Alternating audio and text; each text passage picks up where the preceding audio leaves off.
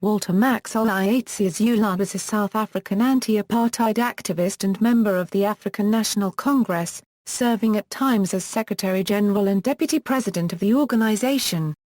He was jailed at Robben Island, where he served more than 25 years imprisonment. Family and education. Sisulu was born in Ngcobo in the Union of South Africa. His mother, Alice May Sisulu, was a Xhosa domestic worker and his father, Albert Victor Dickinson, was white. Dickinson worked in the railway department of the Cape Colony from 1903 to 1909 and was transferred to the office of the Chief Magistrate in Umtata in 1910. His mother was related to Evelyn Mays, Nelson Mandela's first wife. Dickinson didn't play a part in his son's upbringing, and the boy and his sister, Rosabella, were raised by his mother's family, who were descended from the Thembu clan. Educated in a local missionary school, he left in 1926 to find work. He moved to Johannesburg in 1928 and experienced a wide range of manual jobs. He married Albertina in 1944. Nelson Mandela was his best man at their wedding. The couple had 5 children, and adopted 4 more. Sisulu's wife and children were also active in the struggle against apartheid.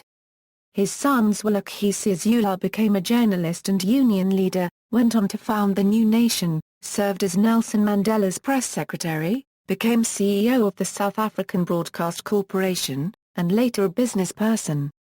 An adopted daughter, Beryl Rose Sisulu, served as ambassador from the Republic of South Africa to Norway.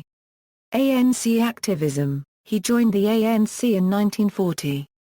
In 1943, together with Nelson Mandela and Oliver Tambo, he joined the ANC Youth League, founded by Anton Lemad, of which he was initially the treasurer. He later distanced himself from Lemad after Lemad had ridiculed his parentage. Sisulu was a brilliant political networker and had a prominent planning role in the militant Umkhonto we See as well. He was made Secretary-General of the ANC in 1949, displacing the more passive older leadership, and held that post until 1954.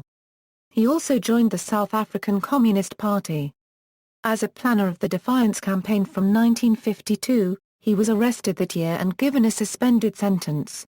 In 1953, he traveled to Europe, the USSR, Israel, and China as an ANC representative. He was jailed 7 times in the next 10 years, including 5 months in 1960, and was held under house arrest in 1962. At the treason trial, he was eventually sentenced to 6 years, but was released on bail pending his appeal. He went underground in 1963, resulting in his wife being the first woman arrested under the General Laws Amendment Act of 1963. He was caught at Rivonia on July 11, along with 16 others. At the conclusion of the Rivonia trial, he was sentenced to life imprisonment on June 12, 1964. With other senior ANC figures, he served the majority of his sentence on Robben Island. Release from prison. In October 1989, he was released after 26 years in prison, and in July 1991 was elected ANC Deputy President at the ANC's first national conference after its unbanning the year before. He remained in the position until after South Africa's first democratic election in 1994. Awards. In 1992, Walter Sisulu was awarded Isital Ndwisi Paranko, the highest honor granted by the ANC, for his contribution to the liberation struggle in South Africa. The Government of India awarded him Padma Vibhushan in 1998. Walter Sisulu was given a special official funeral on May 17, 2003.